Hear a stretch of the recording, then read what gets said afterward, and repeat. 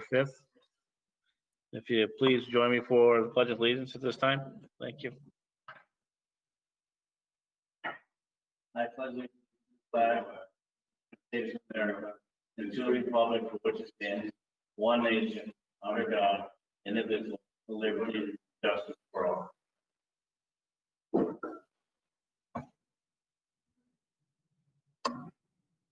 All right, folks, hope everybody's doing well tonight. Everybody's staying healthy.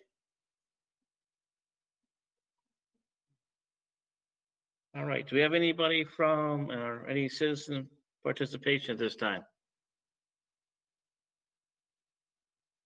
Okay, not hearing any at this time. Move on. We have for Chris, anything for correspondence?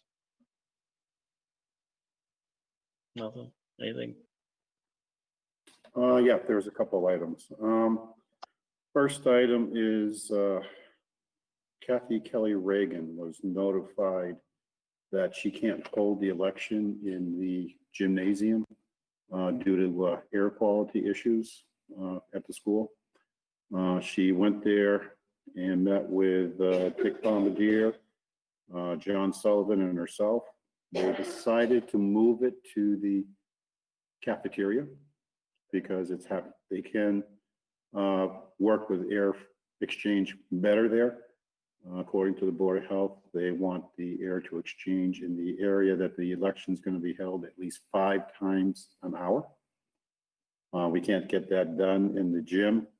So in order for us to be able to hold it in the cafeteria, when we voted back in, I think it was 2016, to move the polling place from West Street School to the high school, we said that it was going to be held in the gym. And Kathy just needs us to, or have the board vote to allow it to be held in the cafeteria at this point in time. The entrance, I mean,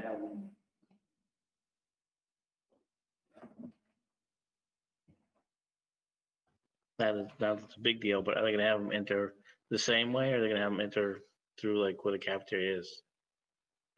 Talking with Kathy, I hadn't talked to her since she's went up there with Dick. There is right in the front where the curve is in front of the building, where the parking is right there. There is a way to get in there that's handicapped accessible. But also, if you look at the back side, just behind where the cafeteria is, you can get in that way too, and then come down the ramp. There's a ramp along the side wall of the cafeteria that they can come down and get to the voting area too. So I think she may have 2 handicapped areas just to play it safe for people. But I think it's mainly going to come through the front door area into where the big wall windows is, and the doors are right there for most people. So are we going to be creating almost like a one-way? So enter in through the front, exit. I don't know. I have not talked with Kathy on the actual traffic pattern at this point. Yeah, I would imagine so, just based on how they set it up. Like one way in and kind of one way out, and back out the other way. So we'll probably try and do something of that nature. So. All right, well, I guess I'll accept the motion at this point to change the election area from the gym at the junior senior high school to the cafeteria at the junior senior high school. So moved. Any further discussion at this time? I'll second it. No? All in favor? Aye. Aye.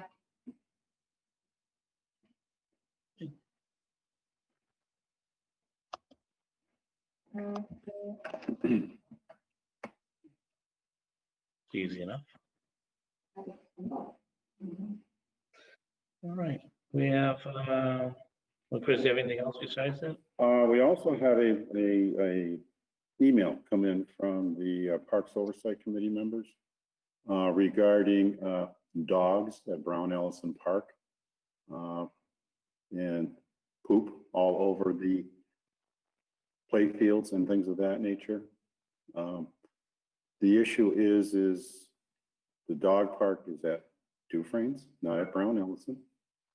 And I don't know if the board wants to instruct anybody or try and figure out a way of stopping people from walking their dogs there and letting them poop all over the ball fields.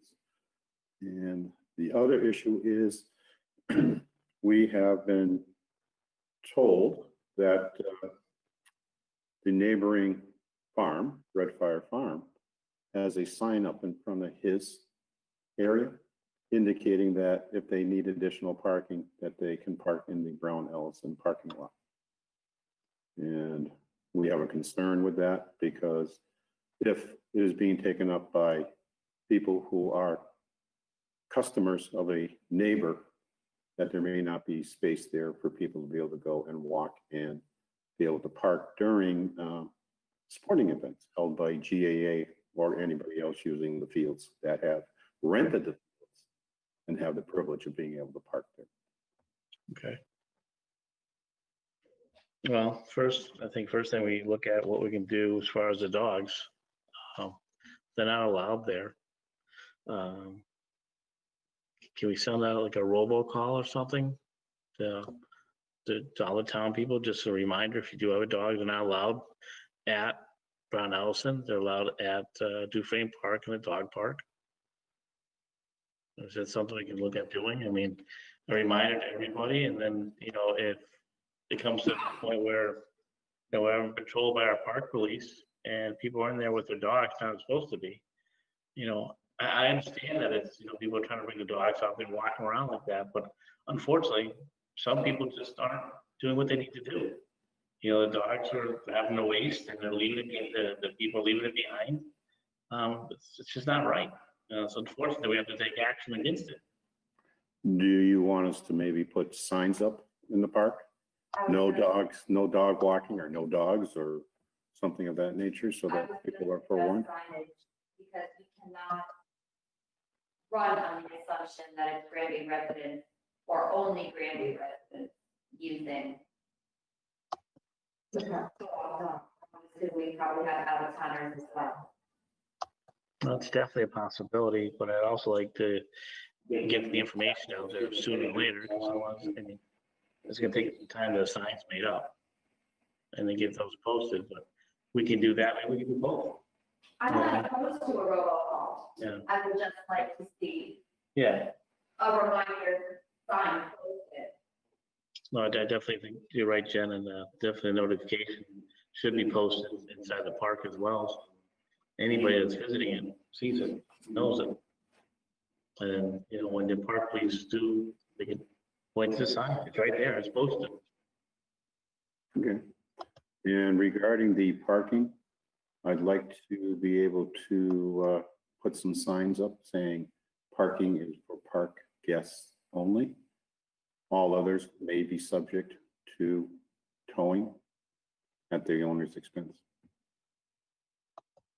Yeah, I think that's fair, just any parking lot you see, you know, you see a lot of those signs that are posted for that reason, so that the parking lot's being used for what it's supposed to be used for. And I also like to have letters sent to the farm too, to let them know that that's, you know, that's not allowed, and they should encourage their customers to do that. You know, it's their responsibility to make sure that they have adequate parking for their customers.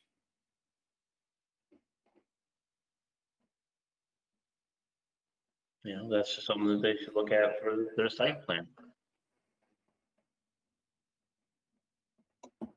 Okay. Jay, do you have anything in regards to that? Any thoughts? No, All right.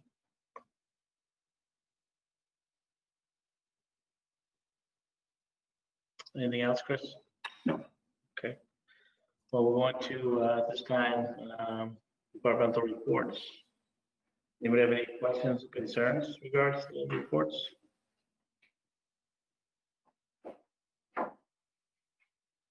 Jen? no, I have no concern with the reports that I have received. Is Kathy in today or is she out? Kathy's off tonight. Oh, okay, because I sent some emails to forward stuff to everybody and I didn't get an email back when we did it, so I didn't know if the stuff was forwarded or not. That's why I asked. Well, she's off there. Okay. Good job. You want to mute so we're not. I did. Oh, much better. There you go.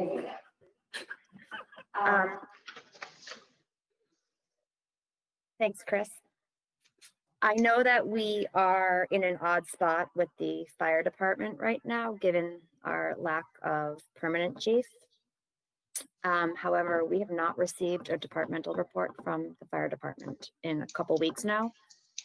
So I would ask that we reach out to Mr. Carpenter just to get a feel of what's been going on. That's my only issue with departmental reports, is the lack of one or two or three.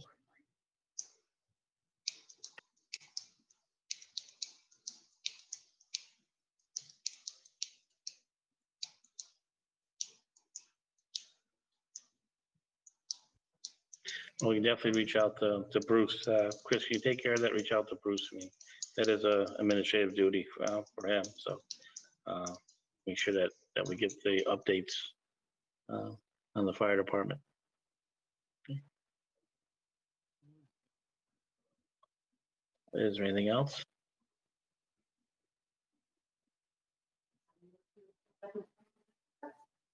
Okay. Is there a second?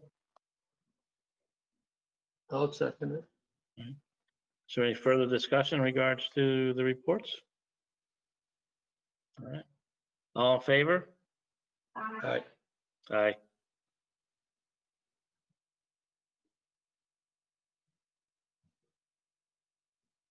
All right. Moving right along, we have fiscal year 21 maintenance warrants. You have 3 warrants in front of you. Warrant number 20 dated 9/25/2020 in the amount of $385,065.97. That is a bill paying warrant. You have warrant number 21 dated October 2nd, 2020 for $434,682.20. That is a payroll warrant. And you have warrant number 22 in the amount of $184,009.08 dated October 2nd, 2020. And that is a maintenance warrant that goes along with the payroll.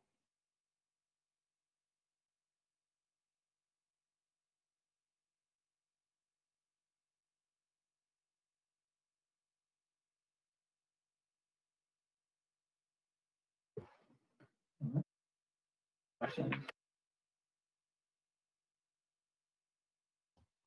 So any questions, comments, concerns as far as the warrants?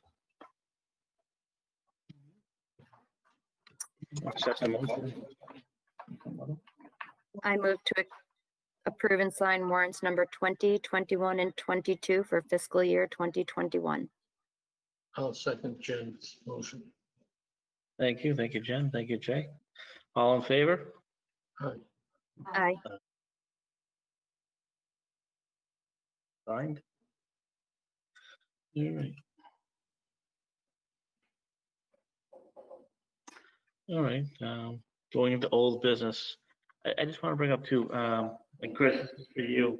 At our last meeting, it came up, I know we've discussed it before in the past as well, in regards to the town planner, that position.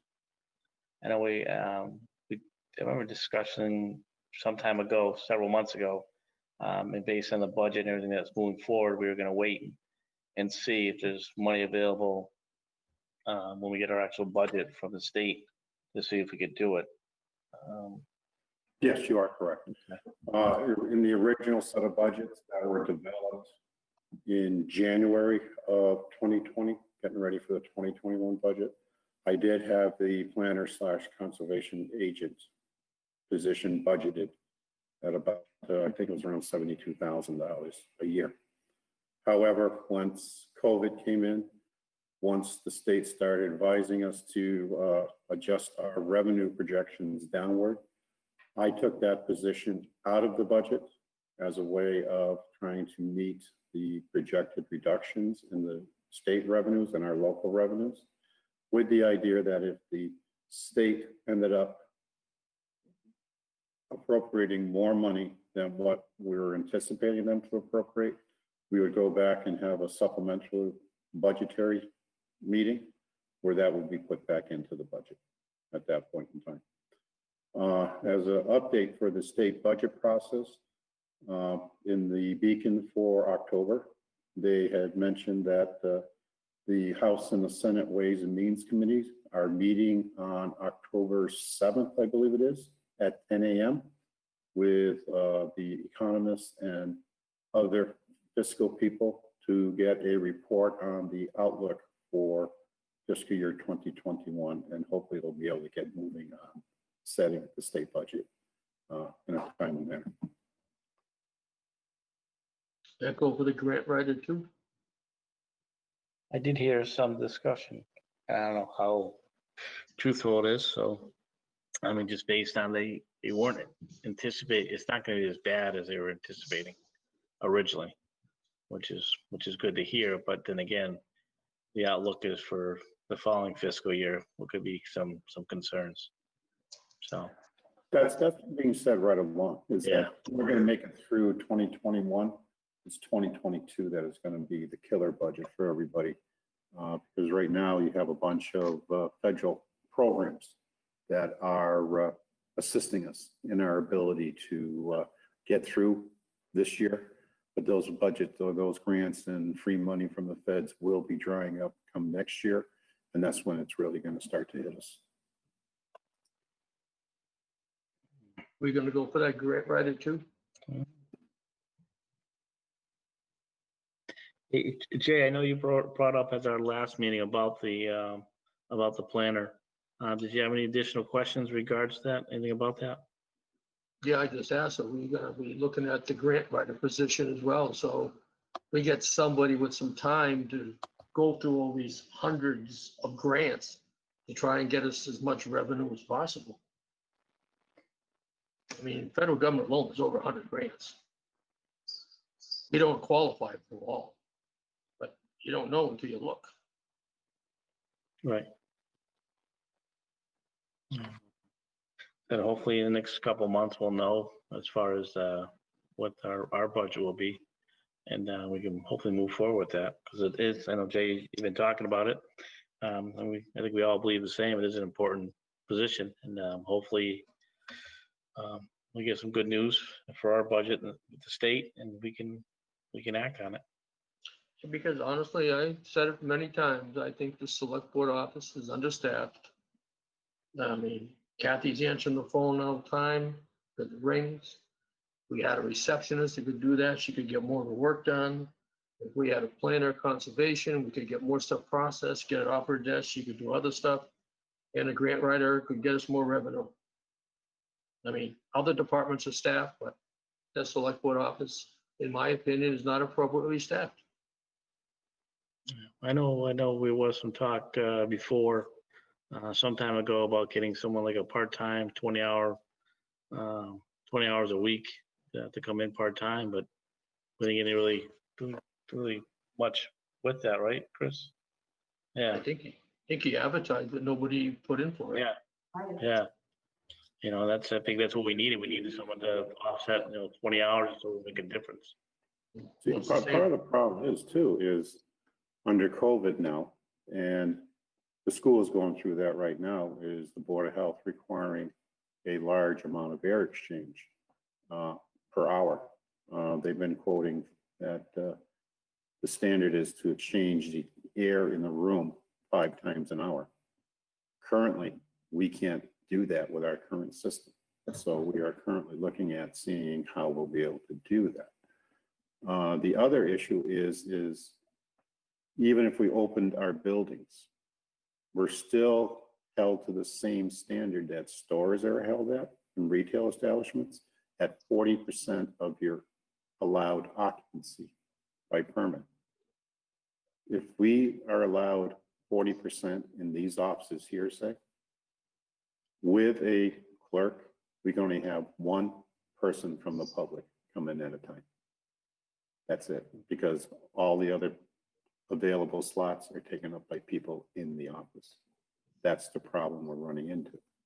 So we've chosen not to bring that position back at this point, with the idea that we could open and hopefully serve more of the general public by allowing that. But I think no matter what, we're going to end up having to do everything by appointment. So that we know we're only going to have a certain amount of people in this building at any one point in time. That's the problem that we're running to, and that's a state standard. So.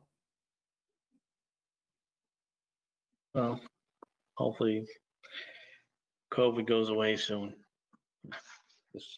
I know a lot of people, it's been tough for a lot of people, and hopefully somehow, some way, we're in a better place, months to come. There are a lot of people believe that as well. All right. Well, that's a deep alternative. All right, so old business, we have 39 West 8th Street sewer connection.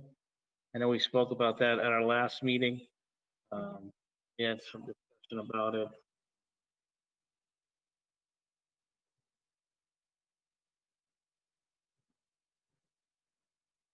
And we did have Mr. Zarsky here as well. He did come to the meeting, and he did state a few things that he believed that we being the town, was not correct with, and that there was not a connection at that property. That's the 39 West 8th Street. And upon further investigation, some of the things that he asked that we did. We reached out to Dave Rocher, superintendent for the Public Works and Highway Department, and brought forward to us was some pictures of actual water line being installed, a connection, picture of a connection next to the building, as well as a check that was issued to the town of Granby for said work, and actually for the permit, not for the work. And also the certificate of compliance as well, which was issued on August 20th, 2018, and signed off by Dave Droscher. So, yeah, actually the application here is here as well for the installation for sewer and drain connection, as well as the plans as well. So at this time, I believe there's enough information for us to move forward and send a letter to Mr. Darcy. It's following that there is a connection there for the water. The sewer. And I know there was a discrepancy in regards to his bill, he thought. But like I said, based on the information that we have and was brought forward to us, I believe that there is a connection there for the sewer, unless something could be showing us that's totally different than what I'm seeing for information. I'll ask the board to, for their thoughts, two board members, what their thoughts are on it. But that is my thought, just based on what I see and the information that I read, that there is a sewer connection there. I fully agree with that, Glenn. They say a picture's worth 1,000 words. There's quite a few pictures that show the installation. Signature on a check paying us for the permit. So I am in agreement that we move forward with the letter.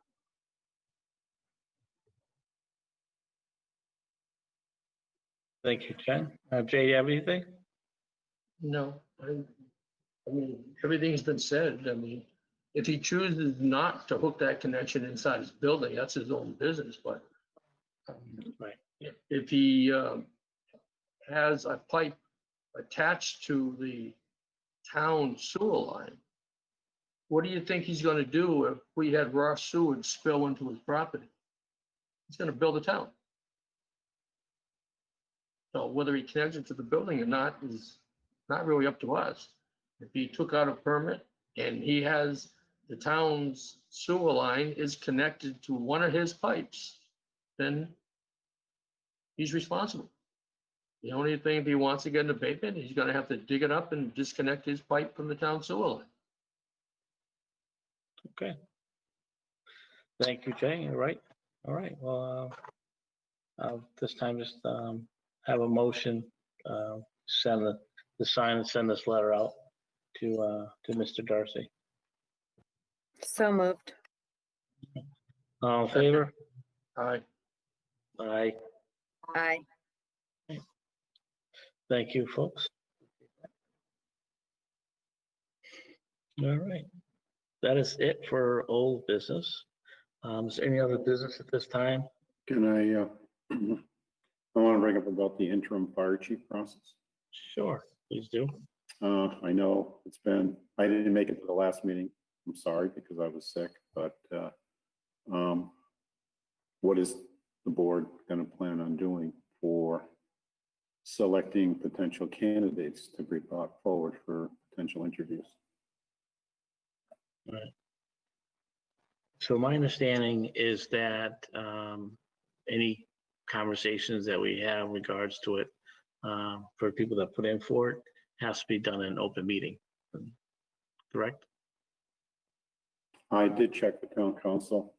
If all three board members are going to be discussing, or a quorum of the board is going to be discussing the resumes of the applicants, it is considered deliberations on the part of the board, and therefore it has to be done in open session and not in executive session.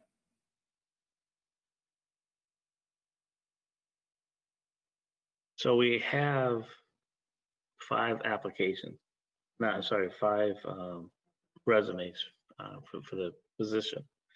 So I'd ask the board members, what would they like to do in regards to it? I mean, some options are, so if we're discussing it as a group, it has to be an open meeting. Can the individuals, Chris, I'm asking this because I know you spoke to the attorney or the town council. Individually, can we look at the 5 of them and as an individual recommend, say, 3, and then at that time we discuss it openly? Or should we just have, I know I'm the, this is thought as a suggestion, and I'm trying to look for ways that we can do this as being liaison for the fire department. Is that something that myself and the town administrator maybe look at, where if you say, well, these are the 3 we would like to look at from the other board members, then is that something you and I can discuss? The 3 of them, and then decide on a person for that position? Or should we just, bring it all together and have an open meeting about it?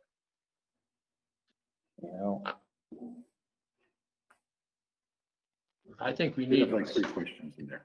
Okay. Yeah.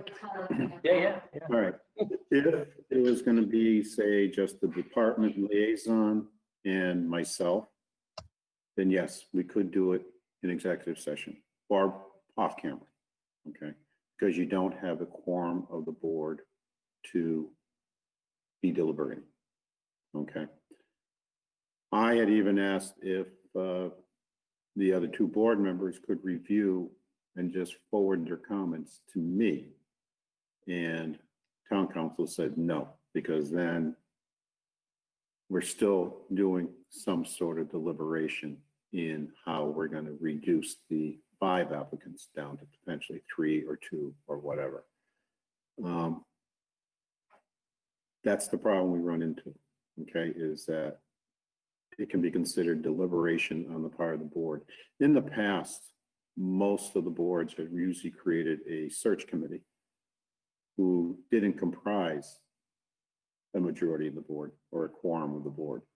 They were able to do a screening of the applicants and then forward 1, 2, or 3 potential names for the board for public interview. That's the problem we run into. We have the 3 board members who want to comment on the applications. So that puts us in the quandary that we're in right now. And with the way the department is running now, I believe we need to get an interim fire chief in there. Okay, and get away from just having a assistant town administrator, fire services. It just isn't working. Okay, that's the problem. There's been issues regarding when Deputy Chief Carpenter was able to be in charge of a scene. Okay, he was taking on 4 or 5 shifts a night as the officer in charge. We no longer have that happening. Okay, we don't have 7 officers who could take 1 shift a night. Okay, that's the problem we're running into.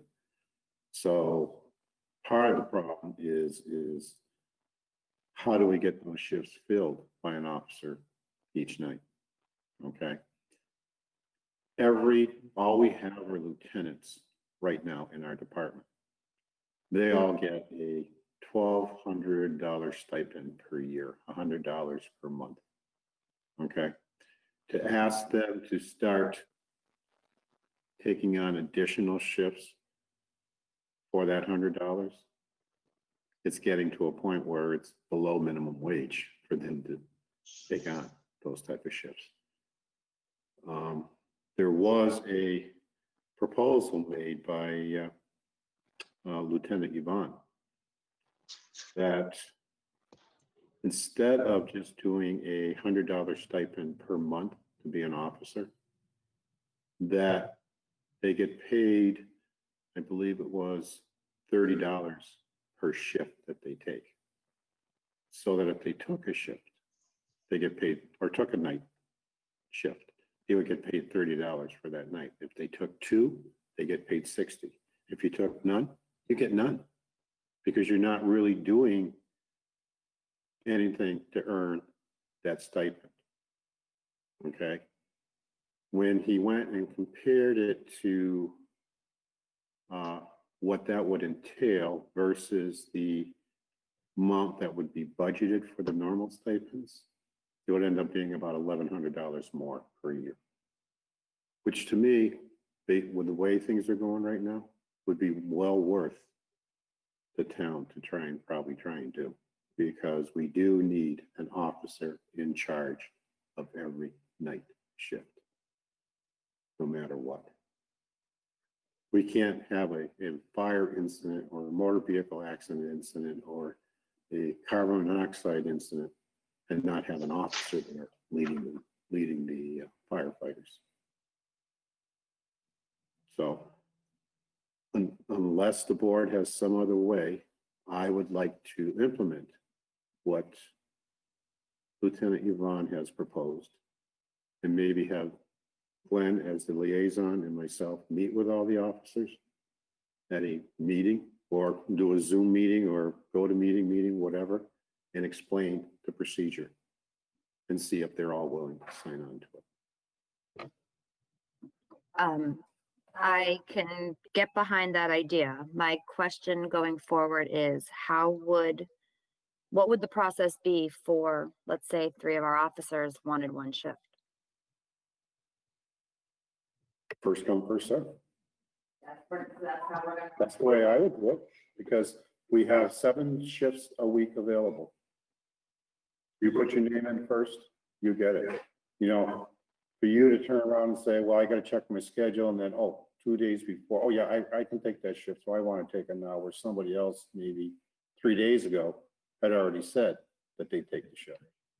Okay, They already made the commitment. So that's the only way I think would be fair to do it. I just wanted to make sure, because I can't remember what. Can we have like a call list based on seniority. All right, so for instance, the senior, so there's you, myself, and Jen. Okay, Jen senior, then me, then you. So it goes on the call list. They call Jen. Jen says no. The call goes to me, and I say yes. So I get that. I get that. Next time around, there's a next shift up. It goes to the next person that would have been on the list, and kind of just keep on rotating. If someone says yes, they get it. They say no, then they move on.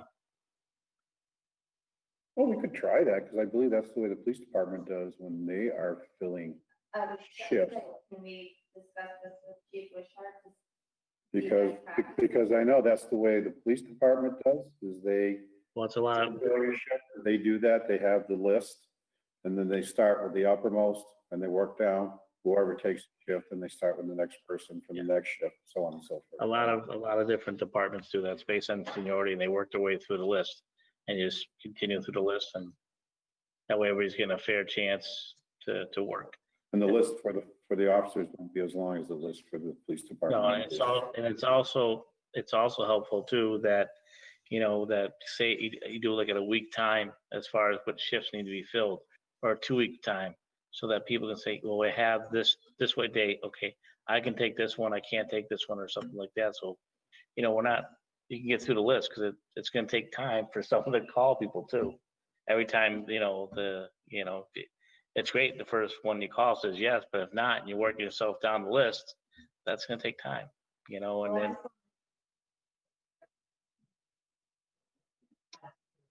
Yeah, well, like a lot of departments do it that way, and like I said, it's a rotating list and it's based off seniority. But I know Chief Wishard's on here, and if he wishes to speak to it, we'd listen. Well, that's good. So yeah, that's exactly how we do it. We've done it that way for a long time. We've gone back and forth. We do it for everything. All of our shifts are filled that way. It's on a rotating, it's basically a number system. We actually have an electronic system that does it for us now. But when you're talking about such small numbers, a rotational issue is very easy to do. We've gone back and forth to Chris's point. At one point, all of our part-time shifts were filled by seniority. And that since has changed. Probably the rotational way is it's definitely more fair. But the reality of it is the people who want to work are going to be the ones who get the work. The only thing that I would suggest would be problematic. The tough thing about the first come, first serve is who's doing it. And if well, some of the problems you could run into, I'm not saying you will, but you could, would be, I know that if I'm the person responsible for filling the shifts, and it's in my best interest or someone's best interest to do it at 11 o'clock on a Thursday, that's when I'm going to put them out, because I know that person's going to be watching, they're going to be here, and they're going to take them. And I'm not saying that would happen. That's just a concern with doing it that way. A long time ago, we had, this is 15 years ago, we had rumblings about that. Not that that was actually happening, but it opens the opportunity for someone to say that it is. So we do it. It's simple. It works. That helps.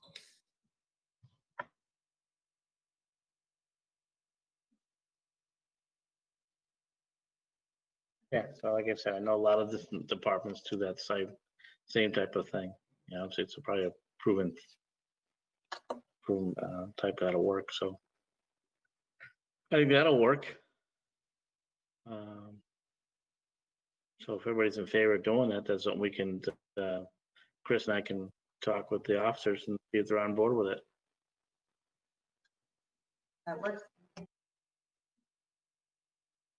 I got no problem with that, with filling the shifts in the short term.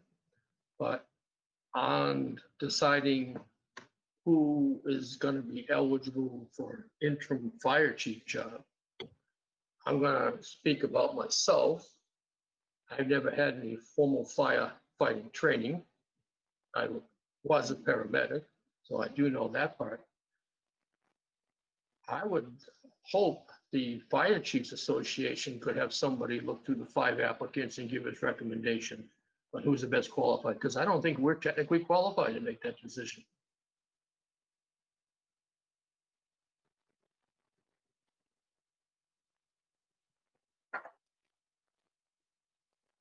Well, I don't know. I mean, I think based on, we can look at the resumes on everybody that submitted resumes and go from there. Again, this is someone that's going to be an interim chief for us, not a permanent chief for us.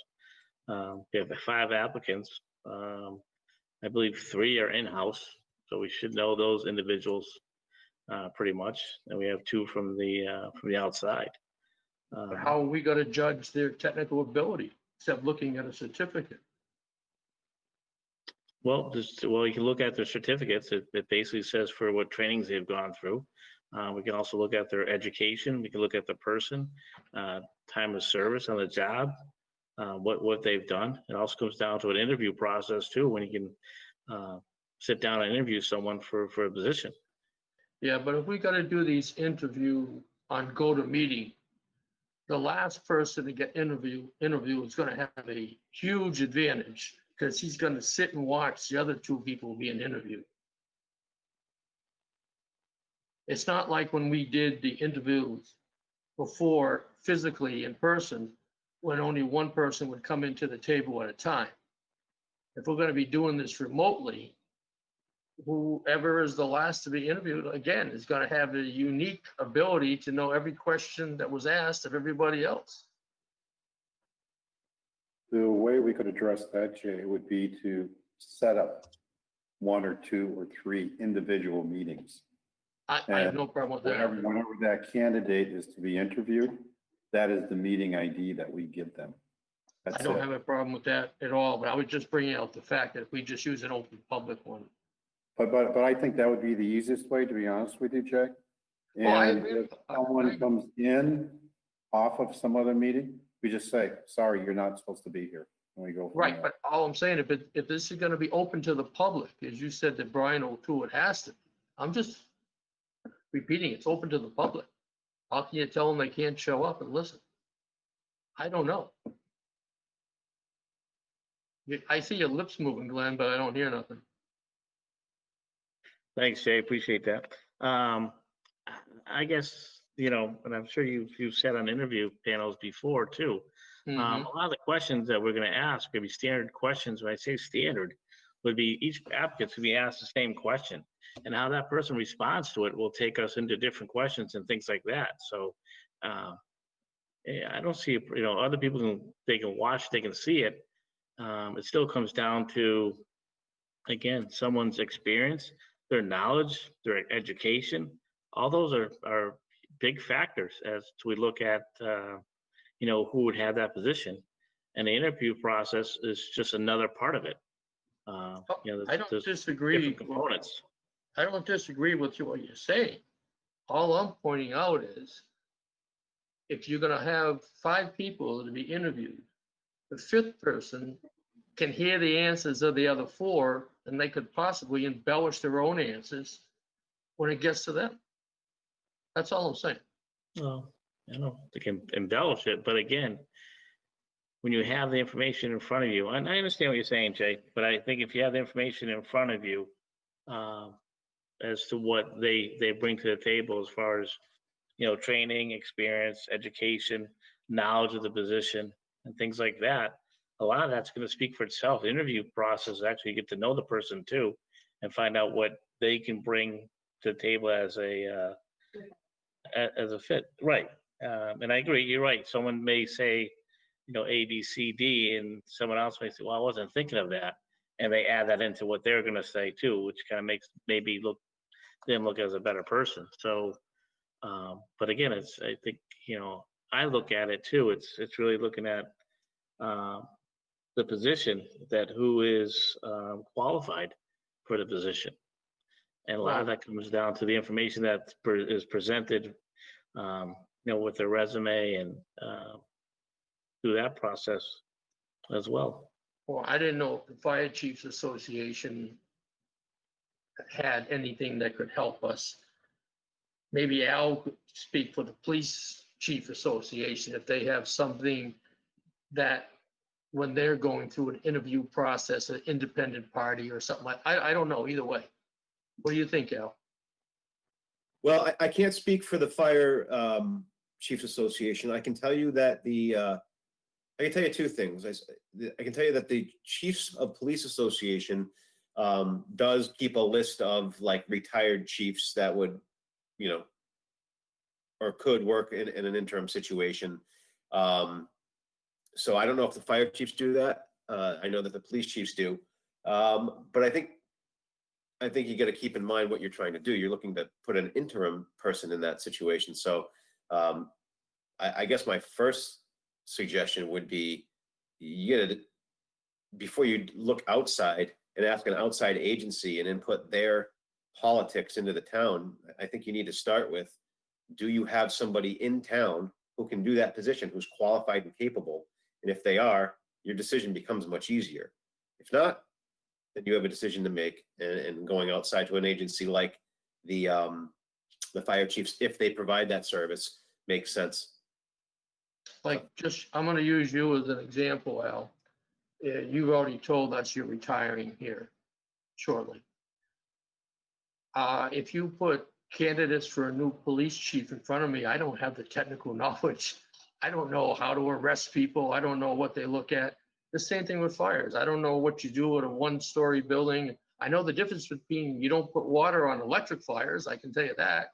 But I mean, I don't know all the technical stuff that the leader or the interim fire chief or the interim police chief would have the knowledge. I don't have it. So it'd be hard for me to judge. Right, but I think that I think you have to keep in mind what you're looking to do. And to Glenn's point, you know, between the three select board members and the town administrator, you're very intelligent people and can vet candidates are in front of you and decide who fits the best. You know, who do you think is the best qualified when you look at, like you said, their training, their experience, and you vet them through the interview process and see what you think of them, to decide if they're what you need in that whatever position you're trying to fill. It's really no different than any other interview process. And the reality of it is they're going to be, you know, whatever the qualifications are. Like for instance, a police officer has to be a full-time trained police officer. Whatever that qualification is for a fire chief or a fire officer, which I don't know what it is, I don't claim to. As long as they have that, they're technically qualified. It would be to the board and Chris to, you know, use your vast knowledge to decide which situation works best for the town. And just by going out to an agency outside, like say the police chiefs, there's no guarantee there. Just because somebody's willing to do it doesn't mean that they're a good fit or you know, or the answer to your problem, whether it's short-term or long-term. So Okay. I say, you know, the four of you know the town, you know the service, you know the fire department, and you know, I think you have what you need to make a good decision about the direction of that position. Well, That would- based on the 5 people's resumes, I've kind of limited it down to 2, and I'm not going to say which 2, of course, but that's just based upon pieces of paper. That's not actually talking to the individuals themselves. Right.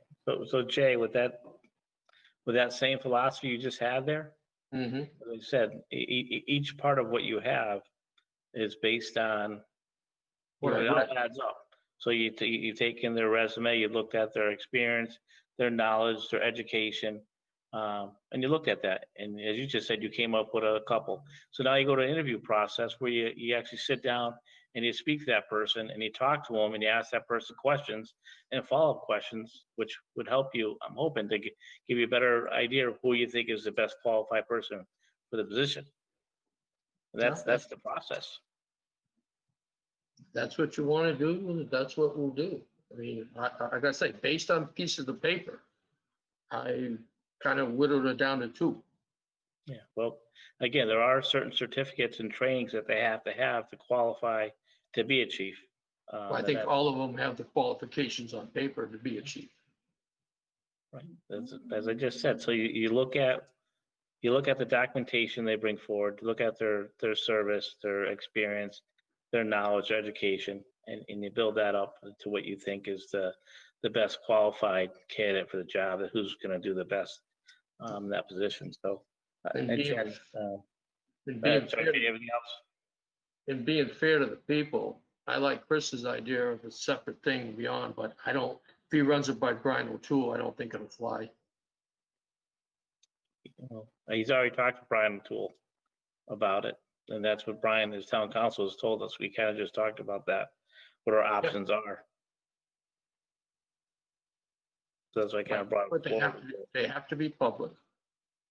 So you Right. can't tell people that they cannot be on the meeting. Right.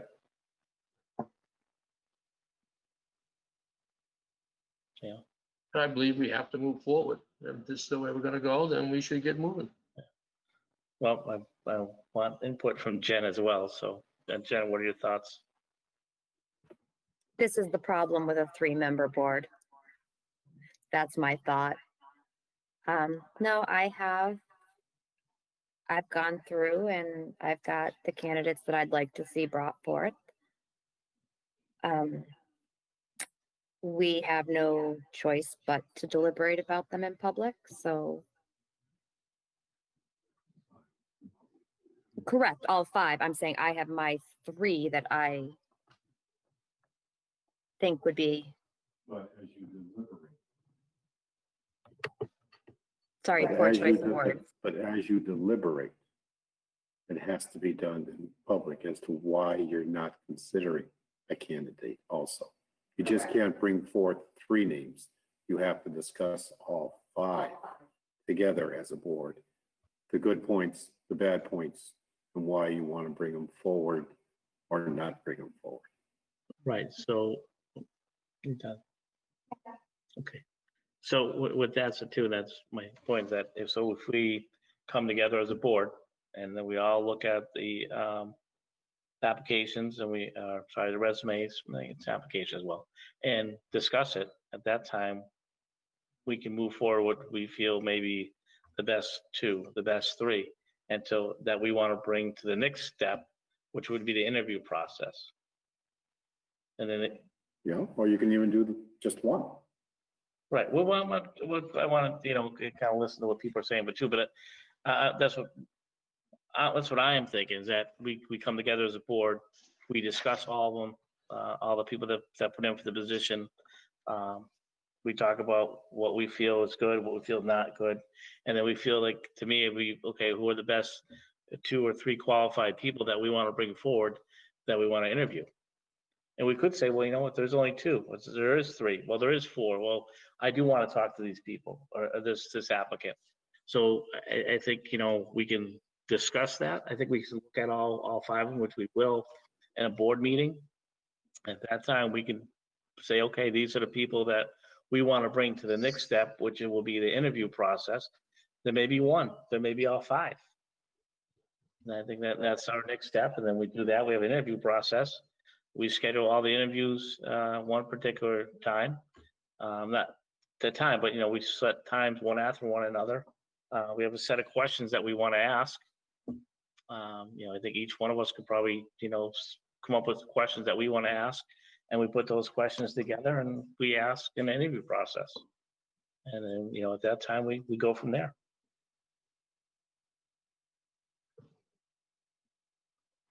Thoughts?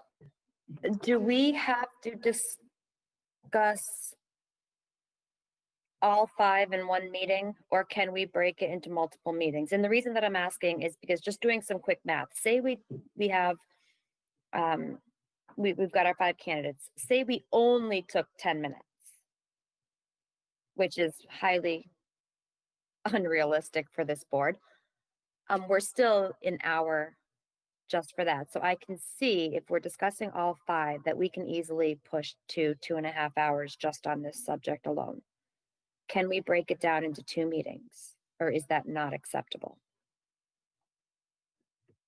I'd rather do it, honestly, all in one meeting. I think we set aside a day for that, and that's our only topic on our meeting. And then we start at 5 o'clock, and it goes, to when it goes to. I would I agree think with, that's fair that, because then, because at that point, as kind of to Jay's point too, if we don't do it all on the same day, other people know what, oh gee, I wish that person as this, as this, as this, or As something. long as it's gonna be our only topic, I have Yeah. no issue with that, but I'm looking at 2 hours of this and then could easily be another hour to two, depending on what's on the agenda. No, I think that should be our only thing on our agenda and go through that completely, in one night. I'm on board for that. So, do we want to schedule that meeting? Oh, no, we won't. No, we need to have it, but we don't want to schedule. Sure, absolutely, and I think, the sooner we can do it, the better. I don't know if people want to, I know next Monday is a Holiday. holiday. That's not what I was gonna say either, but it is a holiday.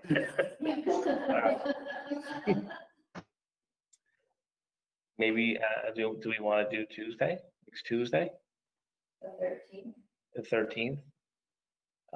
You know, we can do the 13th, I think, and then, I think we should come up with a timetable, even now, to look at, okay, so our plan is, the 13th, we, review all the things, then we set another date for, okay, this particular date, we want to do interviews. Well, for-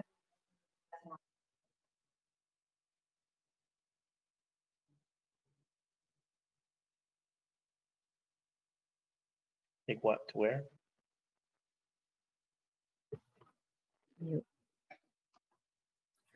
Okay, so if we hypothetically meet on the 13th and we get all those discussions, could we then move everything from the 19th agenda to the November meeting and do the interviews the 19th? I don't see why not. Well, you're the chair. I know. No, Well, you can do It's a have a three-person meeting on the board. 26th too. but I would like to say, so, so at the end of that, so if we meet the 13th, at the end of that meeting, we're saying, okay, the next meeting, we already know when our next meeting's set, so we know, because I like to really have someone in place by the end of October. I really would. I think it's important that we get it done. Because at that point, we'll be almost really 2 months without a chief in place, so. So we can say, so like Jen said, if we do our meeting on the 13th, would be to review all the things. And I don't think out of that meeting, I think if we could come out of that meeting and propose the people that we want to interview. All right, so I think, so that's what I want to say, so either we can do it at that meeting, decide on a date, and then the next day, Chris can contact the individuals and let them know this is the time for your interview. We can do it that way, or we can decide on a date now. I'd like to give someone, at least a few days, 3 or 4 days a week, time frame, to let them know that they're gonna have an interview. What I really want to do is have it, like again, everybody on the same day as an interview. And I'm sure some people watch this and listen to it, that's thinking that if we have a date now, that we know we're gonna interview people. I think that's helpful. I mean, it could be one, could be 3, could be 5, I don't know. How about 1 week after the 14th, Wednesday, the 21st, is the interviews? So we'll have a regular meeting the 19th and then we'll do the interview the 21st. Yeah. Okay. Okay. Hypothetically speaking, let me put my. I lost everybody. Sorry. Hypothetically speaking, say the the candidate that we choose.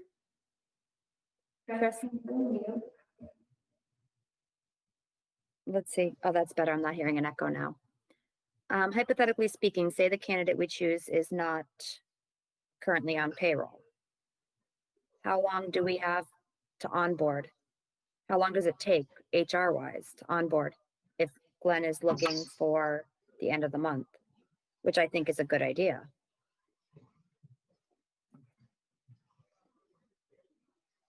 Are they gonna be a contract employee?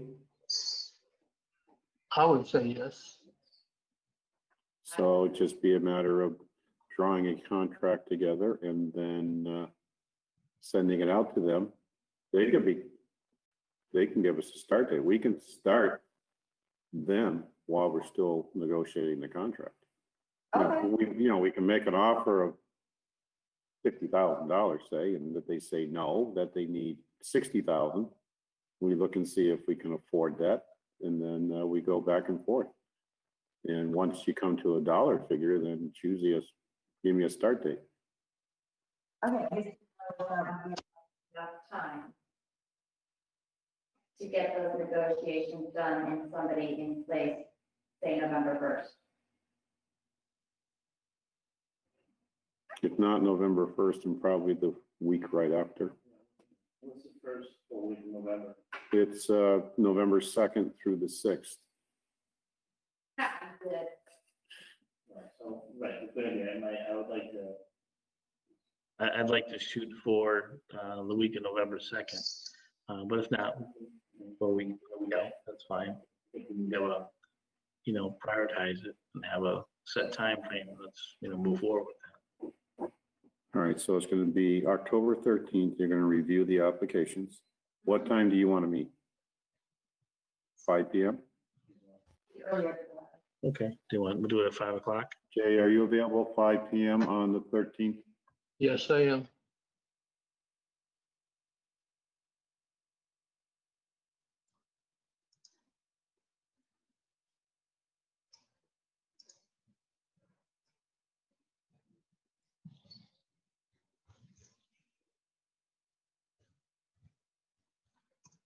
Do you want to do it earlier? You want to do it 4:30? It's based on you because Jay and I sit home.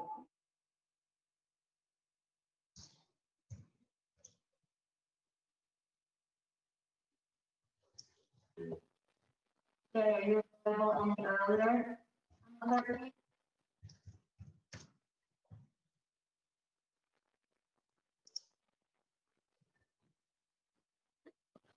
I didn't hear you. Did you answer? You talking to me? Yes. Okay, I didn't hear the question. I'm typing it in to my calendar right now for 5 p.m. on the 13th. Well, the question was, are you available earlier than 5 o'clock on the 13th? Say if we did 4:30? Yeah, that wouldn't be a problem for me. I mean, every day's Sunday to me. Okay. You want to do it at 4:30? Every day should be a Saturday, not a Sunday, Jay. Well, either way, it can be any day of the week you want. Right. All right, so why don't we say 4:30? That way, we eat home at a reasonable time Okay. for dinner and stuff like that. I mean, I'm going to eat beforehand. Right. Wednesday. The 21st, yep. What time? Why don't we say 5 o'clock, because that's going to have to give people time to, whether they're working or what have you, so it gives people some time to be ready for it too, because some people have to arrange their schedule around that time frame too. So Jay, are you available on October 21st at 5 p.m. for the interviews? Yes, I am typing it in now.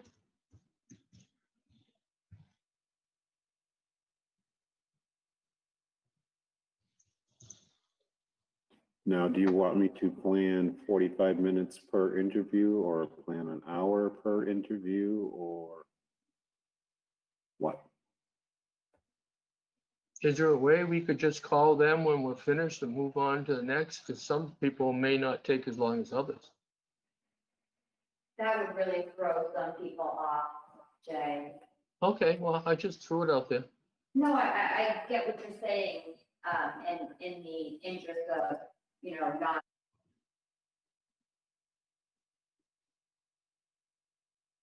Now they all mute me. But I think people having a set time would be better. Well, myself personally, I don't think, Right. And based upon the applications I got, I don't think it more than 30 minutes maximum. Because there's a it's a public meeting, people would be probably on watching it. Yeah, and I don't, for me, it's not gonna take me. But more than also too, I 30 think minutes. 45 minutes is good. We can tell people also that if you could be prepared 15 minutes prior to your interview time, which is I think really a lot of places is standard for people to show up early for interviews. So we say, if your interview's at 5 o'clock, but if you could be prepared at 4:45 in case we do, finish early, we can bring that person, in, or here, bring it on camera. Like that would work too. Like a 15-minute leeway. Okay. And with the understanding too that some people could go longer too, so I want people to understand that as well. And if people don't want to watch it or not watching, then we may have to call them, Jay, to your point. That they might be something we need to do. But if people are listening in and they're listening and they're watching, or if my interview is at 5 o'clock and I'm tuning in at 4:30, just in case. I mean, that's it's a little different when you have to, you're interviewing people, and you have an open meeting as well. But I mean, it's no different than something like the interview that we did for the counseling and aging. They're open meeting. They're both here. Yeah, but they weren't one sat and able to listened to hear what the each other other. was saying. So They weren't able to hear each other's answers. people do what they do, and we'll just go from there. We'll do our best. It's a little different than normal. Doing it through this way as well. So, but a lot of business now are doing interviews through Zoom and stuff like that. All right, so we have next Tuesday, Chris, to review the applicants, the resumes. At that time, we'll come up with a decision who we want to bring forward for interview, which would be the following Wednesday, the 21st, starting at 5 o'clock.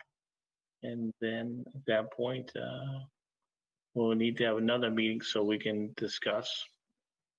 But we could set that after that meeting too.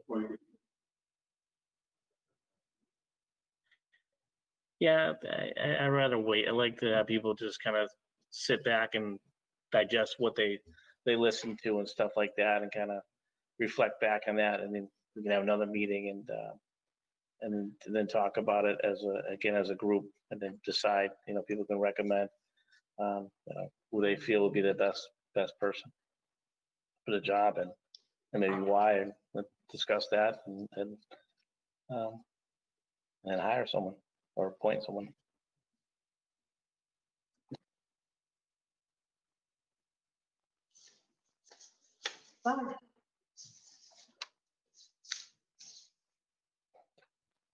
Where do you go? Oh. Sorry, I'm a hot mess here. Sorry to interrupt, but it just occurred to me, to both Glenn and Jay's point, have you given any thought to a fire advisory board? The police department has a police advisory board that's been in place for decades, for hiring and promoting. Just a thought, it just occurred to me and I wish I had said this half hour ago, but you could, to Jay's point, if you're not comfortable not knowing, who or what qualifications, are important, you could put together a board that can do that for you. Whether the timing doesn't work for this or not, I was just thinking about it from the perspective of how the police side of the situation has always done it. And, I don't know why that wouldn't work for the fire department as well. My 2 cents. Thank you. Yeah, I just wanted to be fair with everybody equally. Because I mean, I can read the piece of paper they submit, but that's all I really have. Yeah, they can help vet that for you, because generally speaking, it's people of some profession that have that level of expertise. Mm-hmm. That's why I mentioned it, but I mean. Yeah. We can also Two votes. we can also reach out and, again, there's a certain standard and certificate and training that you have to have so you qualify to be considered for a chief. I think we just get that information. That's the information we're really looking for. Let's make it, I guess what I look at it to make sure that the people that we have in front of us meet the qualifications for that. As long as I feel as long as we have that information, that we know that the people meet the qualifications for the position, then I think that then it's upon us to look at each individual and decide who is the best for our town. Really, that's what we need to look at, who meets the requirements and to be chief. And again, there's certain trainings and level of trainings that you have to be considered just for the position, be qualified for it. So that's where I am. And against the board, so we'll do what the board wants to do. Really go either way, but that'd just be my thought on it, that we could reach out to someone and get the information that we need to what are actually the qualifications and trainings that someone needs to have to be qualified to be a fire chief. I think you could submit all 5 applications to that advisory board and they could give you an answer on paper.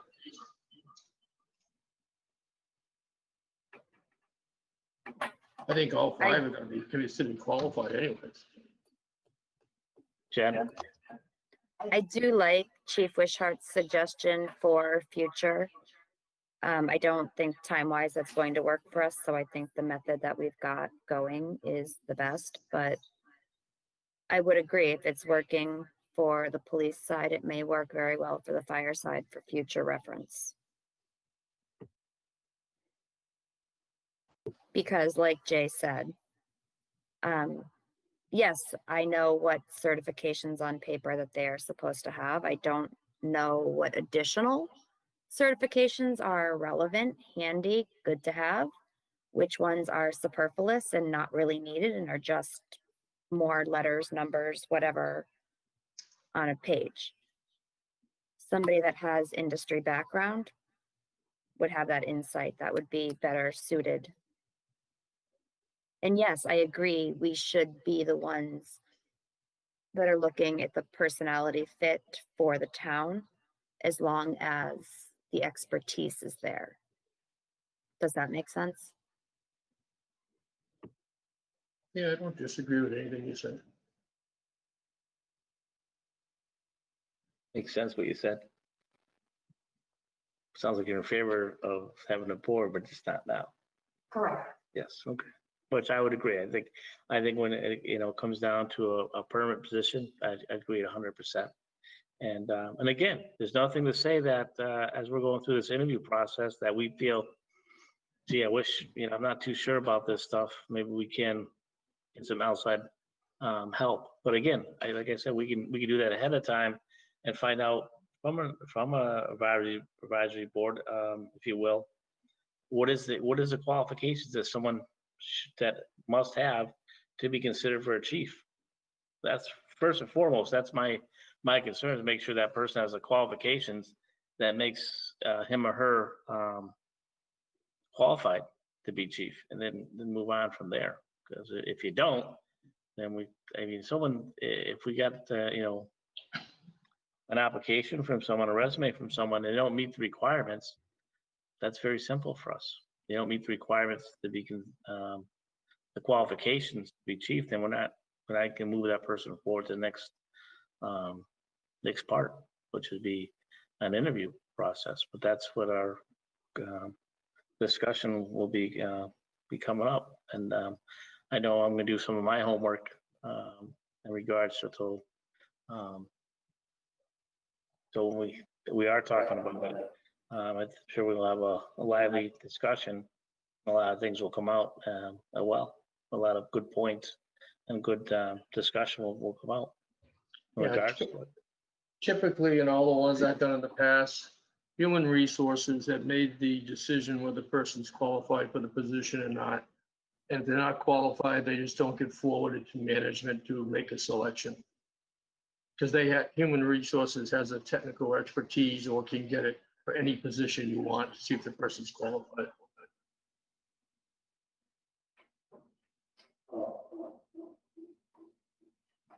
Chris is our HR person.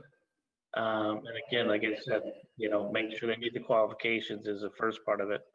And then moving on from that. I've done many of interviews for positions for people, so I feel confident that we can do it. And for some reason we have a hiccup, then that's what we look at that time. But I think, for this position, I think we can do it. I feel confident. Can I just ask a question too, along the way? We're having this big discussion about an interim fire chief. Yeah, what are we gonna happen when we do the real one? Bingo. Are we trying to make this into too much of a process? I think or so. an interim, where this type of discussion should be for when we're doing the permit fire chief? I think both of them are very important because who's to say how long we could have this interim chief for? We determine that. That's a question that's not answered. That's something we don't know. I mean, so that this person can be for a while. But I think Jen kind of made a point before, and I would agree with that. I'd agree with Jay said too. When we get to that next step as the permanent chief, we reach out and we have a board look at that. Someone that we're putting in a position for a permanent time. This interim could be there for 3 months, could be there for 6 months. At the time. Make them 6 months. So So I'll be out of office by then. In advertising and hiring for a full-time fire chief. I think that's what I'm trying to get to is that, yes, interim, it's an interim. It could be 1 month, it could be 6 months, it could be a year, it could be whatever it takes for us to be able to go through the process. Do you want me to reach out to these recruiting firms and see if they have had any experience in recruiting fire chiefs? And maybe they could give us advice as what do you need for a fire chief prior to doing the hiring process. Right. So I know no one on this board now was here when the last fire chief was done, or any department head was. So I think that whatever the process that they used last time would be helpful for us to know the process that they used, and decide if we want to use that same process or add or do something different as well. Well, I have a We've done 2 question. different processes. Okay. I have a question here. Or when we went through the last process, it was basically, we advertised, we got applications in, we had a screening committee who reviewed the applications, okay, and recommended, actually, we ended up having 3 applications. They forwarded all 3 names to the board for interviews.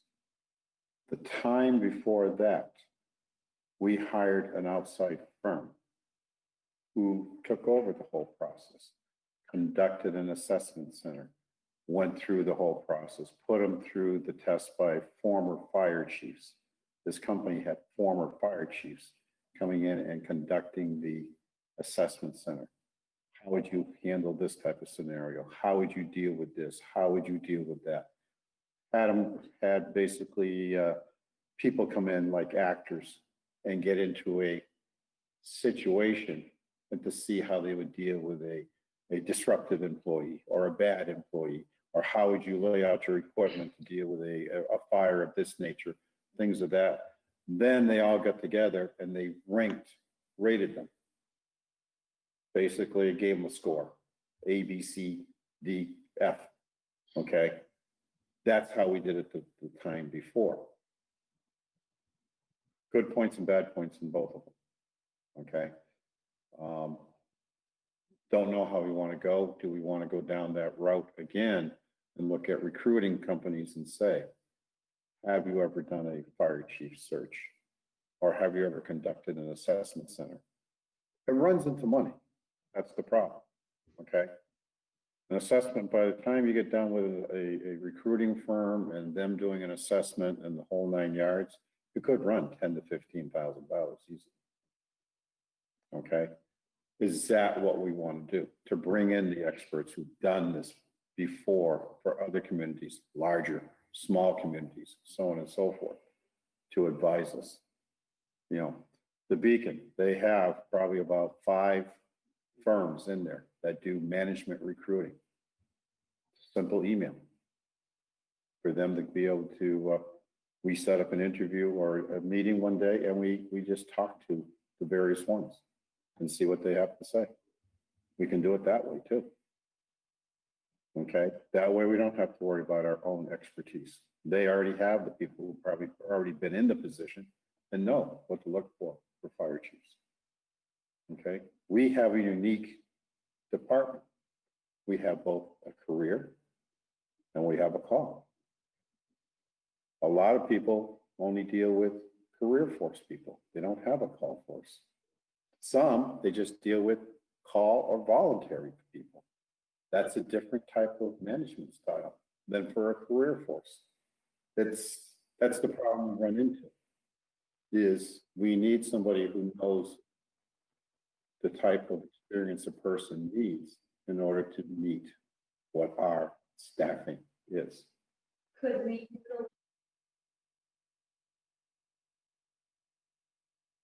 Can we just do it simply, re-advertise this for a permanent fire chief and skip the interim?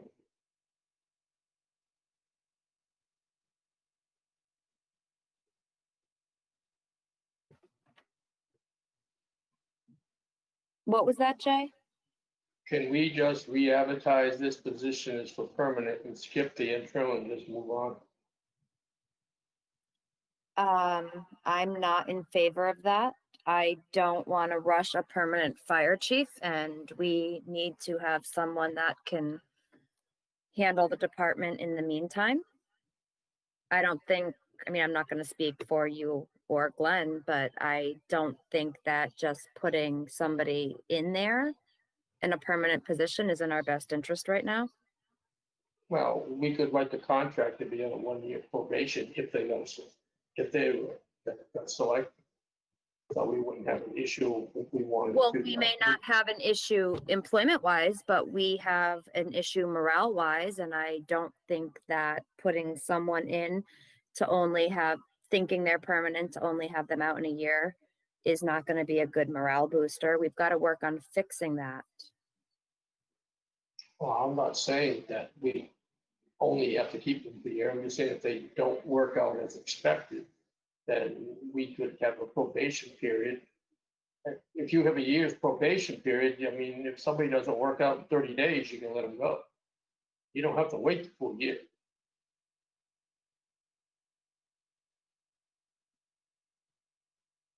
Yeah, I agree with Jen on this part. I rather put someone in there as Let's move on then. and then give us the time to find someone that's going to be a permanent chief in place. I like to, I hear the probation, but I mean, I hate this. If we do go down the road of hiring outside firms, something like that, I hate to spend the time and money, and hopefully we do a good job and we get the right person in there. And it's not someone that, 30 days, 60 days down the road, they're not working out. I don't want to make that error, if you will. So that's why I want to make sure that we spend the time and effort, and we do it right, and we take our time doing it. So that's why I think if we put someone in place now as their interim, I think it's important to have someone in there that can respond to fires and stuff like that, because we don't have that right now with Bruce, unfortunately. So, I like to get someone in place there that can start doing those things, respond to fires and be part of that department. And then, I think with the next, I think it's something for us to think about, and at our next meeting, maybe decide, what we want to do as far as the permanent chief, the process that we want to go with for hiring the next permanent chief, and then start it. Start moving forward, so that way we're not, and we should give a time frame. I think it's fair to we should have a time frame ready, so when we're doing the interview process, that we can tell someone, yes, we're expecting this to be 90 days, we're expecting this to be 6 months, so we have a time frame that we can give that person as far as the interim chief is concerned, that position. I think that's something we need to do to be fair to the applicant who is applying for that position. Well, if that's the way you both feel, let's just move on.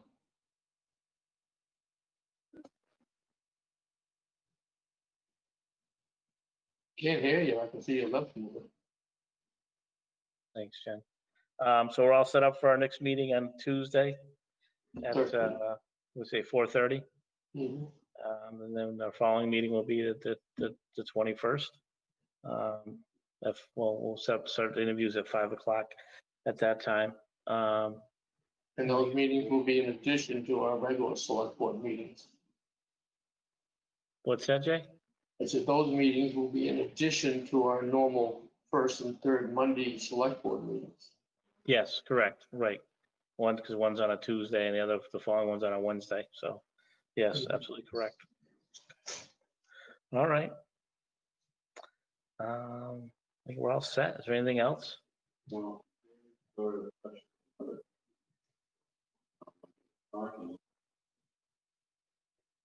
Jay sort of touched on another topic as he was talking. Police chief. He mentioned that we do have a resignation letter from the police chief. What is the process we're going to go through on that? Because it's 7 months. I think it's about 7 months, if I remember right. When the chief would be. 8 months. No, it's 4 and 7. 2, isn't it? It's 7. October, November, December, January, February, March, April.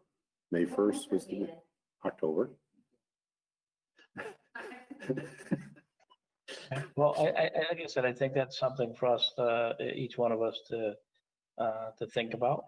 And I think, next meeting, we're going to schedule a meeting, we bring forward what we think is the police house and talk to. You're on mute, Glenn, but your lips are moving. Yeah, I don't like keep on doing that.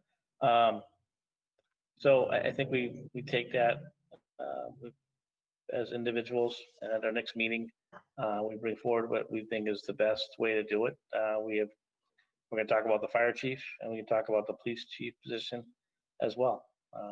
We can discuss it, and we can each one of us can present what we feel is what we want to do or how we should do it, and we can vote on it and go from there.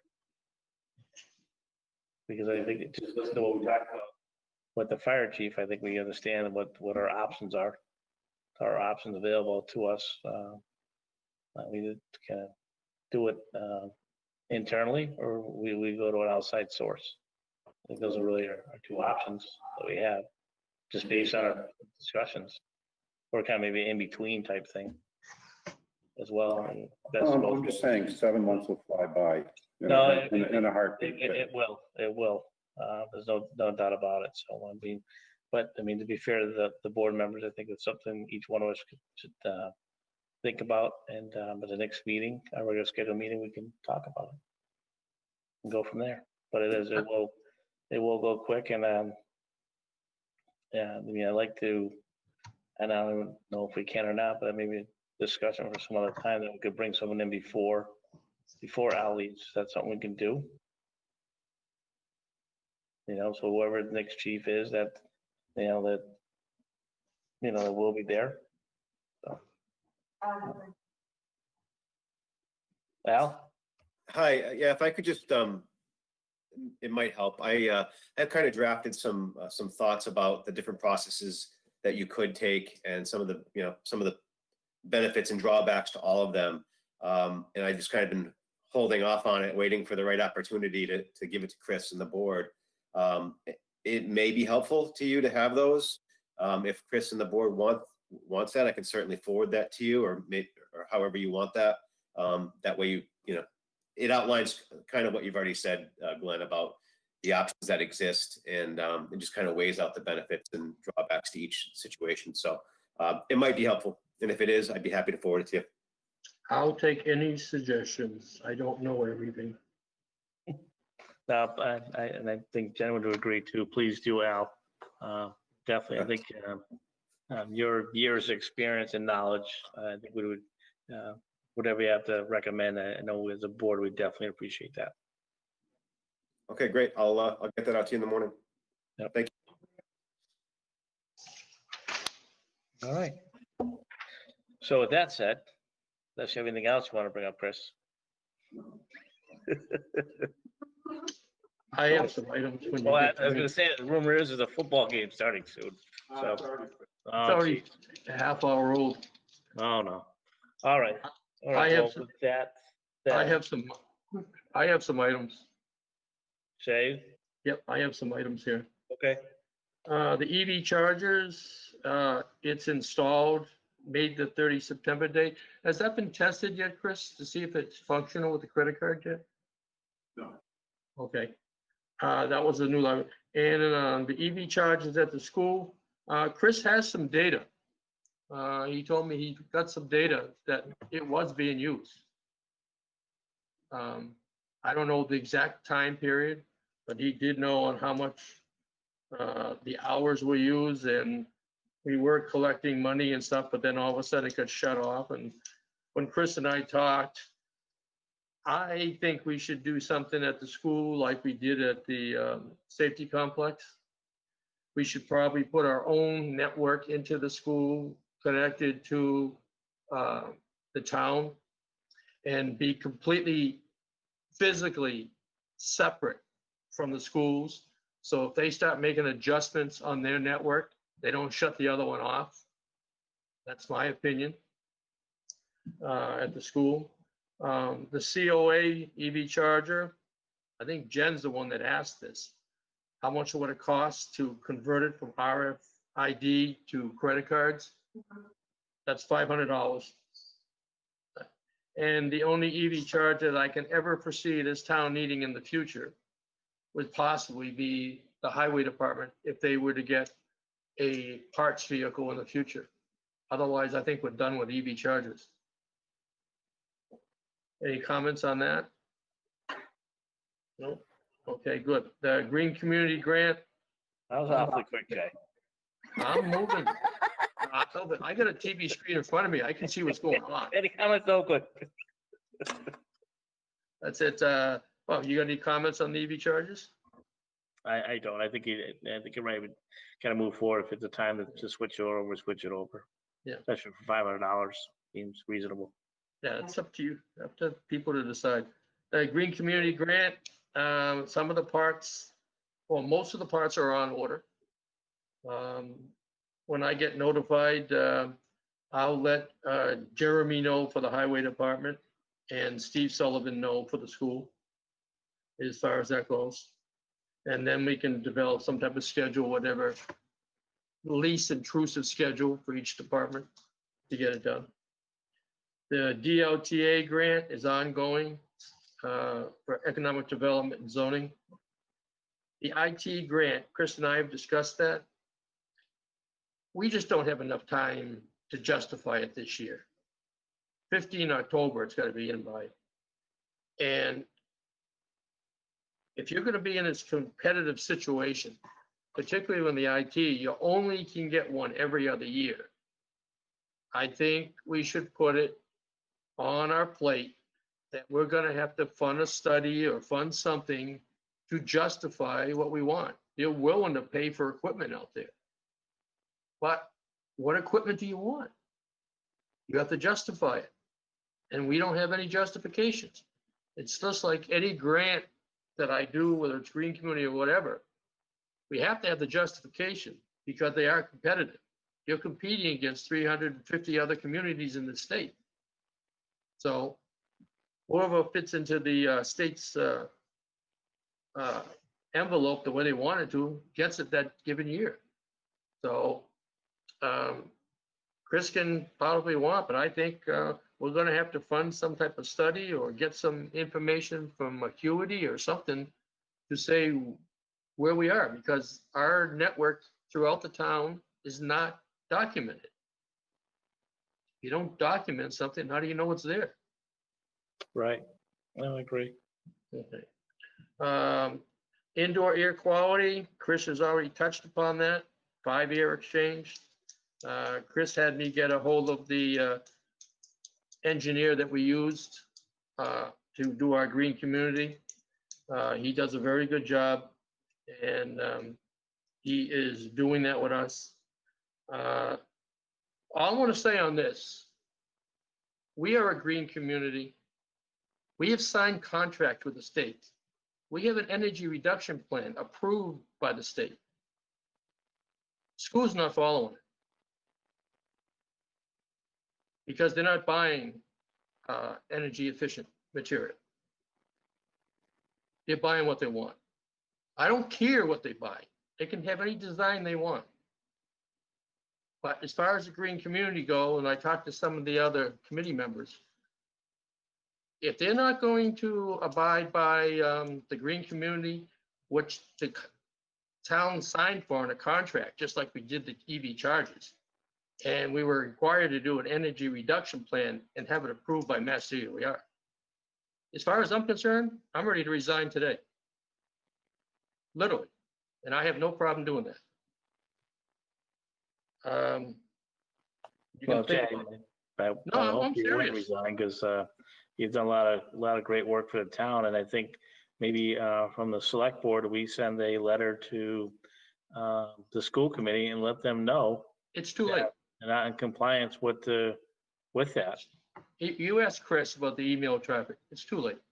They're already ordering stuff from Amazon.com and stuff like that. It's gone. And whether we did, It may be gone, but I think too that I think we have a responsibility too to the town. I think we should draft a letter from this board and send it to the school committee and let them know formally that, you know, A, B, and C is what they're doing is they shouldn't be doing. It puts us in violation our green community. because it's, And that's the Basically- correspondence that's going to come out by the school committee. Well, I have no problem with that, but you can ask Chris, the email's been bouncing around and now they're blaming me for holding them up. I'm not gonna use names. He knows who he is. But what I'm going to say, right? So I think if things aren't being followed as far as the our agreement for the green community, then I think as the select board, we need to, you know, contact the boards or the committees that aren't following through with it or following suit with it. And that's, if that is the school committee, then I think at our next meeting, we, you know, can bring the information forward and we can draft a letter and send it to the school committee so they know. From this No. board, this is what from what the energy committee has brought forward to the select board as far as information. This is what we know and we have concerns with it. What do you think, Chris? You've been privy to all the emails that have been bouncing around.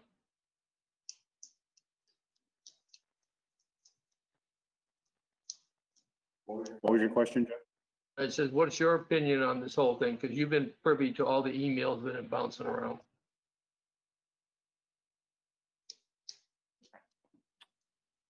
If they are in violation of the green community contract that we signed with the state, then I believe we should turn around and send a letter telling them that what they buy has to meet the standards of the state. We ran into that when they put in those LED lights. LED lights, I believe, on the second Yep. floor, was it, or something or other, that they went and did something on their own? I think And they they did the ended up having to whole- write a letter They had to to write it. DOER saying that they would comply with the requirements of the program and they would not go out on their own again. Correct me if I'm wrong, but I thought that's what they had to do. Yeah, they had to write a corrective action plan.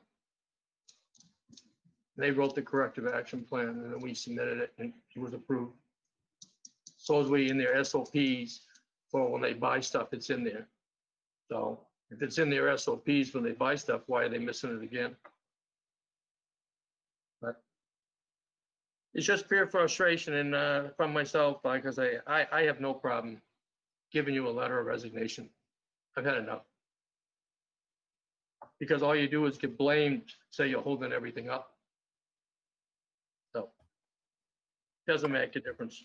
My wife would love for me to resign, because all my honeydew jobs would get done, which they're not getting done now. Do you want to do those jobs, Jay? Actually, yes, it'd be a change. Well, I'm sure I speak for a lot of people, Jay. You brought a lot of good, you and that committee have done a lot of good work. A lot of good work that this town has benefited from.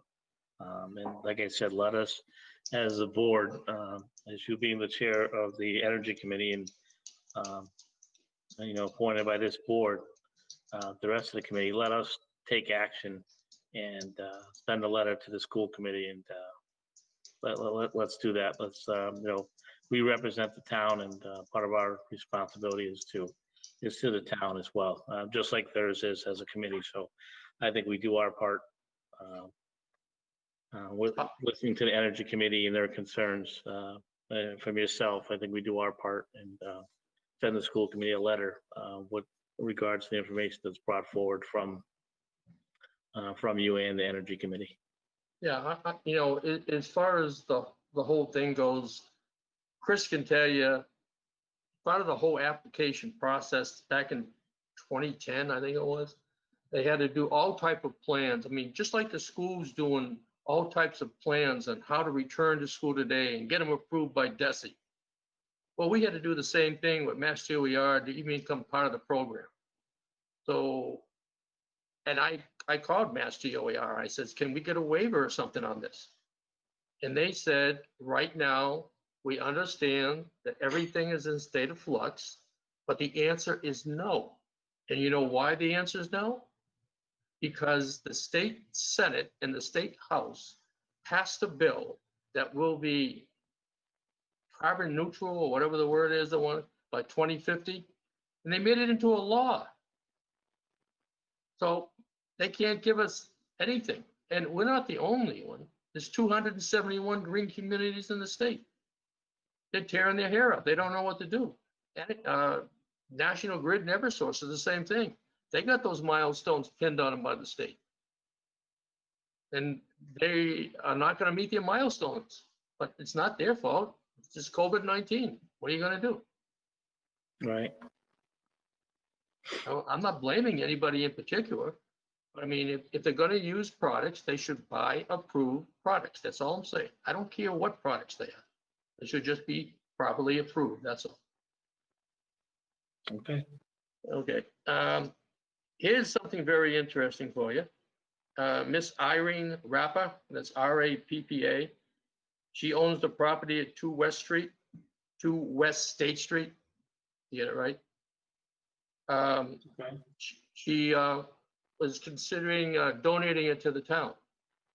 And she talked to Kathy Leonard. Kathy Leonard turned it over to me and I talked to her. She would like a playground. If she donates it to the town, she would like a playground. And if we could enhance the one we got at Dufresne's, I told her we already got one. I said we could enhance the one we already got. And she wants a memorial to her husband. Now, it's 5 acres. It's valued currently at $73,000 by the assessors. It's currently not zoned properly. It's residential and a business thing. Because 2 West State Street is right down the street from Chris, because he's 10. And it connects to over 19 acres of landlocked land already owned by the town. We'd have a way to get in there. I recommend that we forward it to the park committee, our park oversight committee, take a look at it. Our conservation committee should look at not only her land, but our 19 plus acres there and see how much is usable. What can we use it for? Particularly if we get this water pipeline in, it could be a big revenue boost for the town. We got 24 acres in there. That's can be accessed from Route 202. And then where's the other committee, Chris? Is it a land use committee or something like that? Land use or something it has to go through? And yeah, there's another committee, yeah. Land use committee, yeah. Yeah. To see I if it's, think we should send this information, all three of them, and let them get back to us. I can tell you from the Economic Development Committee, the word there, it's a no-brainer. Yeah. If we can even get a road or access into our 19 acres, it's worth it. Because we Well, don't currently have an easement to even get in there. Well, I'd say if the woman would send a letter to the select board on what her intentions are and what, and then we can move forward on it. So I want Okay. something in writing from her and then we can move forward on it. I told her I'd get back to her by 15 October, because Yeah, so I think it's fair, right? Just so we want to let her what her intent is and then we can act on that. I just didn't want to put her through, she's an elderly person, I didn't want to put her through a whole lot of doing stuff until we talked about it here and to see what you wanted to do. So, and I have an action to get something to her by 15 October. Yeah, I think you made a lot of good points, Jay, just when we're bringing it up, so I think we just, you can reach back out to her and just have her submit something to the select board. And Request. unfortunately, Kathy was out today because I did send a number of emails to be forwarded to the other board members. I don't remember what they all are right now, except for one, the last one. I guess all I have is a short-term memory now. Remember we talked those micro business grant were part of that 6-town consortium for $900,000. As of today, the applications are open. The other one was a survey form to help the micro businesses get ready for it. Chris got it today too. I got it today late. It came out. Okay. What I'm gonna probably do, I don't know, and maybe Chris knows.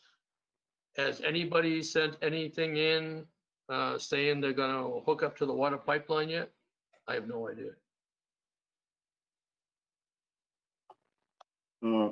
If you look in one of the folders here, Glenn, I think Wanda Luff was the only one who had sent money in already. But I didn't know how many. I know we need between 40 and 50% of the property owners. So I'll get with Kathy, and what this micro business thing is, I'm gonna try and combine it with the water pipeline. And I'll get some of these stuff printed out and I'll go door to door and that and say, hey, if you want this, you gotta fill it out. If you don't want it, forget about it. And I'll give them both the micro business and the water pipeline at the same time. Because if I'm not remembering right, Jen, I think you put a 30 October date on it. Yeah. So I'll get with Kathy and get some stuff printed and start going around to get our final numbers on that, put it to bed one way or the other. And at the same time, I'll hand out this micro business grant because they have to be put in ASAP. That's $900,000 that if our town doesn't use its portion, other municipalities will. So that's all I really have, which I figure is enough.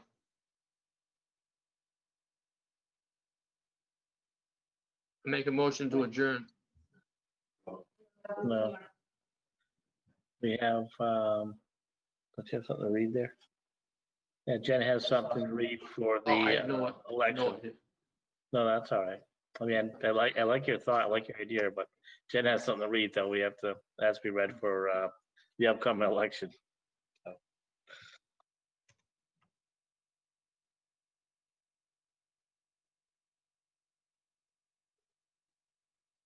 I'm all done on my end. I'm waiting for Jen.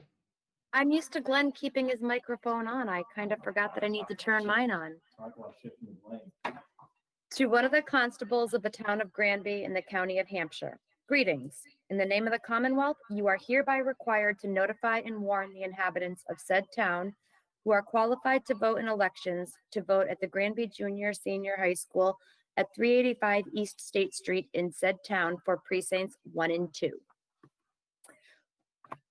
On Tuesday, the 3rd day of November 2020, from 7 a.m. to 8 o'clock p.m. for the following purpose: to cast their votes in the state election for the candidates for the following offices: electors of President and Vice President for these United States, Senator in Congress for this Commonwealth, Representative in Congress, 1st District, Counselor, 8th District, Senator in General Court, 1st Hamden and Hampshire District, Representative in General Court, 3rd Hampshire District, Precinct 1, Representative in General Court, 2nd Hampshire District, Precinct 2, Register of Probate, Hampshire County.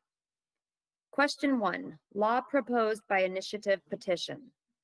Do you approve of a law summarized below on which no vote was taken by the Senate or the House of Representatives on or before May 5th, 2020? Summary.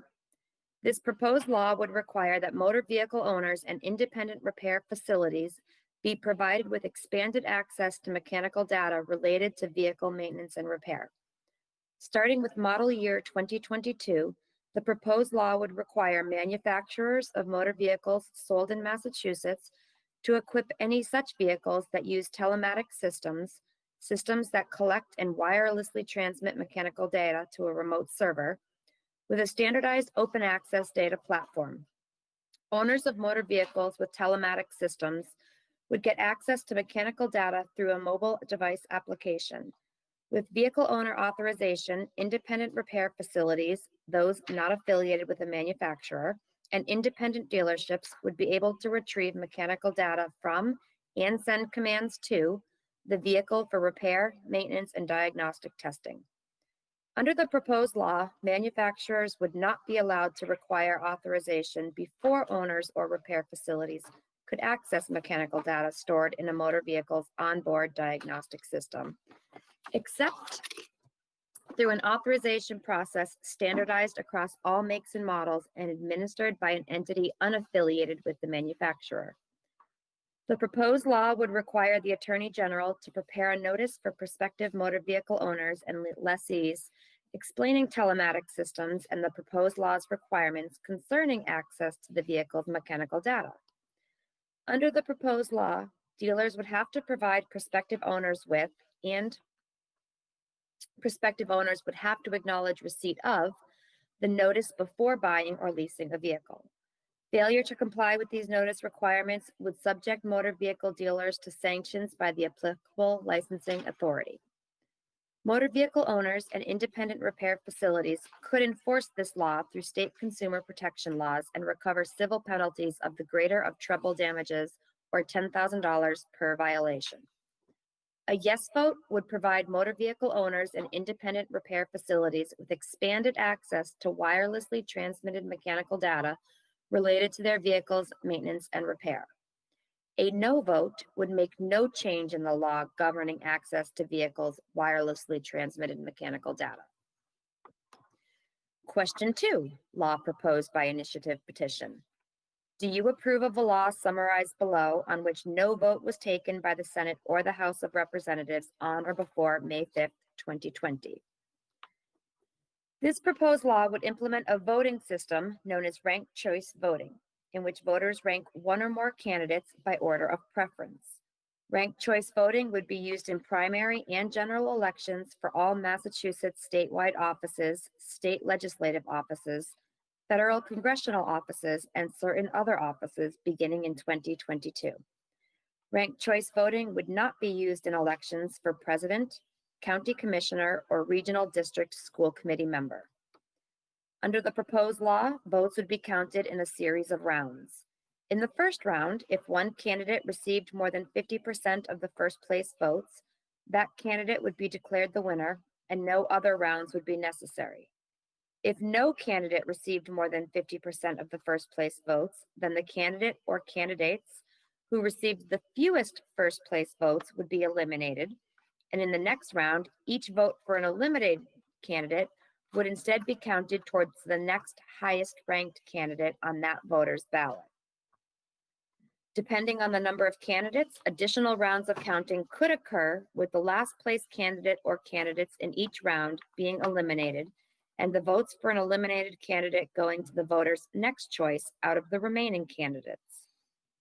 A tie for last place in any round would be broken by comparing the tied candidate's support in earlier rounds. Ultimately, the candidate who was, out of the remaining candidates, the preference of a majority of voters would be declared the winner. Ranked choice voting would be used only in races where a single candidate is to be declared the winner and not in races where more than one person is to be elected. Under the proposed law, if no candidate received more than 50% of first place votes in the first round, the rounds of ballot counting necessary for ranked choice voting would be conducted at a central tabulation facility.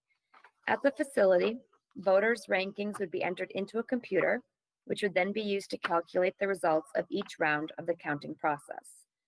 The proposed law provides that candidates in a statewide or district election would have at least 3 days to request a recount. The Secretary of State would be required to issue regulations to implement the proposed law and conduct a voter education campaign about the ranked choice voting process. The proposed law would take effect on January 1st, 2022. A yes vote would create a system of ranked choice voting in which voters would have the option to rank candidates in order of preference, and votes would be counted in rounds, eliminating candidates with the lowest votes until one candidate has received a majority. A no vote would make no change in the laws governing voting and how votes are counted. Question 3. This question is not binding. Shall the representative for this district be instructed to vote in favor of legislation that would require Massachusetts to achieve 100% renewable energy use within the next 2 decades, starting immediately and making significant progress within the first 5 years, while protecting impacted workers and business? A yes vote, you are in favor of this question. A no vote, you are not in favor of this question. Question 4. This question is not binding.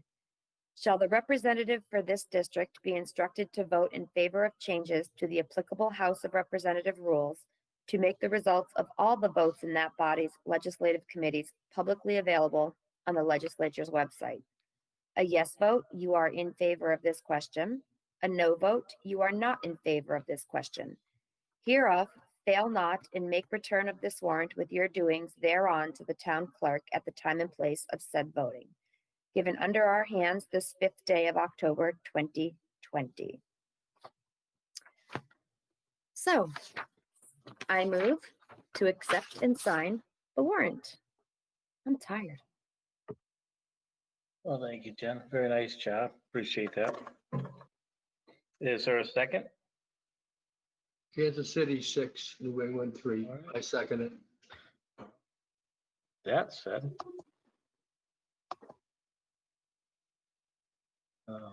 All in favor?